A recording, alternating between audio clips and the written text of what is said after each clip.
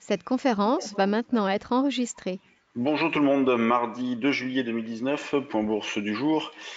Hier, malgré un gap à la hausse et de nouveau plus haut, eh bien, il s'est rien passé. C'est quand même incroyable. La séance a été extrêmement calme, la volatilité très faible. Alors, on a eu un petit peu de spéculation en début de séance, des ajustements de position avec notamment des gestions de delta à l'ouverture à 9 heures et puis derrière, plus rien du tout. On continue de travailler principalement à l'achat. On est actuellement dans une zone de rebond possible hein, sur 5560 sur le CAC, dans l'idée de jouer 5560, 5580 dans un premier temps, voire la zone 90-95.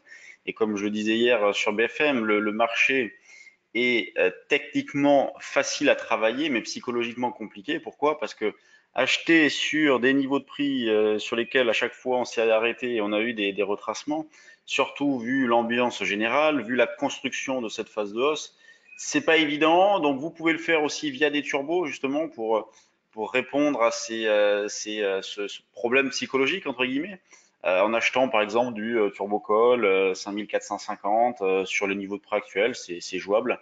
Dans l'idée voilà, de viser, comme je le disais tout à l'heure, 80-85 pour alléger par exemple la moitié de la position et laisser porter jusqu'à quasiment 5600 points.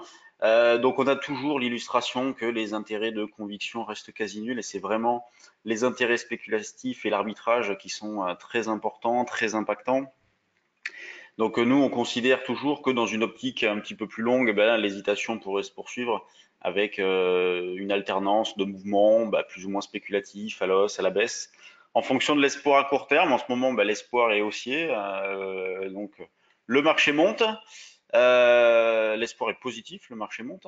Le DAX, lui, on est dans une zone d'achat aussi, au-dessus des 12 500, on se retrouve dans la même situation, vous voyez, gap à la hausse, et puis derrière, on revient en arrière, et le soir, on termine sur le même niveau de prix que le matin à 8 heures quasiment, vous voyez. Donc c'est toujours surprenant, on a beau être confronté à ce genre de situation-là depuis pas mal de temps, ça reste toujours assez surprenant. Il n'y a pas d'emballement, il n'y a même pas de stop qui se déclenche, il n'y a pas d'accélération. C'est très surprenant. Donc achat sur 12 500 dans l'idée de jouer 12 540 45, 12 560, 12 590.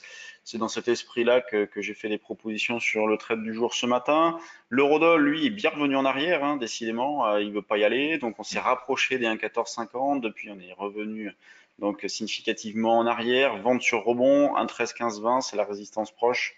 Donc ça fait un petit pullback sur les niveaux sur lesquels on tenait hier pendant une partie de la séance avant de s'enfoncer en fin de journée.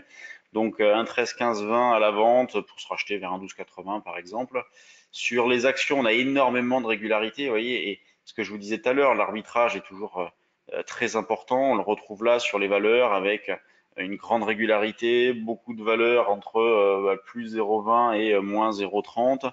Le CAC, lui, ne fait pas grand-chose, il est à l'équilibre hein, avec un volume qui redevient assez faible, 100 millions, c'est pas beaucoup. Hier, il était modeste aussi, hein, vous voyez, 2 milliards 7 pour un marché qui prend 1%, sachant que il s'était rien passé la semaine d'avant non plus, vous voyez, donc on aurait pu s'attendre à un petit emballement, une augmentation des volumes, et ben non, rien du tout, patatras, ça veut pas. Donc Safran la plus forte hausse qui prend 0,5% graphiquement, c'est pas vilain.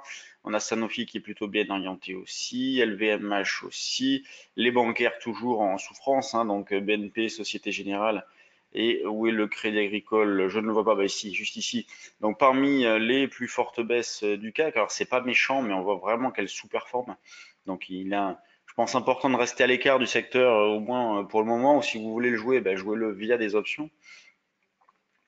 Dans les screeners volume, qu'est-ce que l'on retrouve ce matin? On a Trigano qui monte fortement avec les chiffres.